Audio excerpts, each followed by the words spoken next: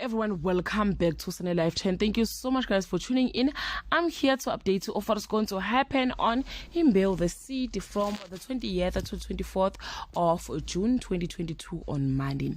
Tando thinks Kellerman might be the one to Shendi evict Lindo, but Sibongile says she can stay.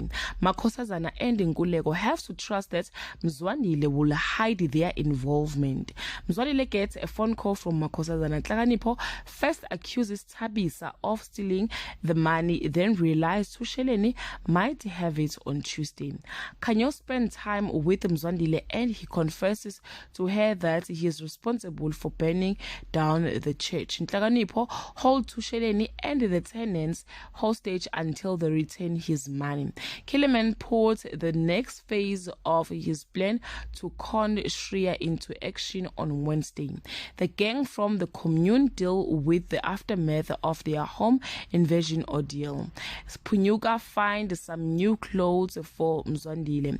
People are gathered under the tree to hear Mzwandile's case. Witnesses are called, including Phakate, Mzwandile as niece and Mandlovu on Thursday. Phakate requests that Mzwandile rebuild the church as a punishment, but Mandlovu hold that he should receive a public lashing instead. The Umbumbulu chief asked for a moment with his council to discuss what Mzwandile's verdict shall be on Friday.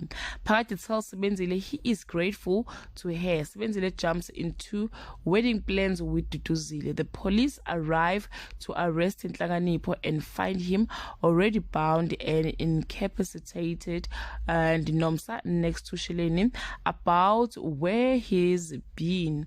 And when he tells her that he retrieved the money from Nhlakanipho, he is conflicted about what to do with it. Guys, this is all I have for today. You can leave your comment below and share your opinion. Bye.